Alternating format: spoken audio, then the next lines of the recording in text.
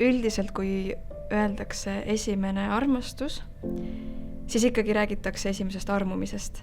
Ja ma lihtsalt ei suuda seda teha, ma ei suuda rääkida armumisest armastuse nime all. Armumine võib jääda lihtsalt armumiseks, sellest võib välja kasvada armastus, aga ei pruugi, seda ei pruugi juhtuda.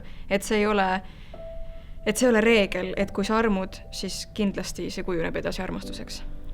Armastus kui selline on minu jaoks, ma arvan, et ma võin öelda ikkagi, et püha.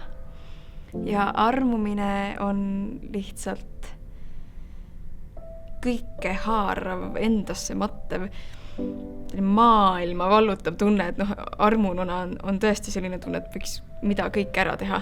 Kõik on võimalik, tohutu vägi tuleb sulle taha.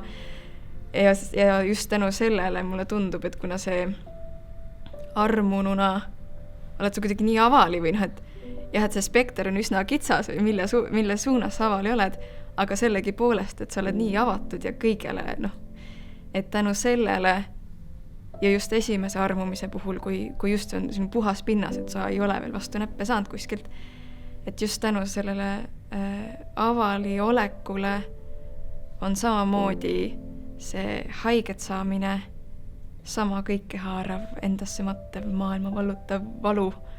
Ja ma olen mõelnud, et kui selle armumise tunde, jõu ja väega, sellise siiruse või tingimusteta olekuga oleks võimalik armastada täpselt samamoodi seda inimest, kes su kõrval on iga päev, kellega kes jagab ennast sinuga, kellega sina ennast jagad, olgu see siis raskus või rõõm, aga et kui võt selle väega oleks võimalik iga päev armastada, siis ilus, siis oleks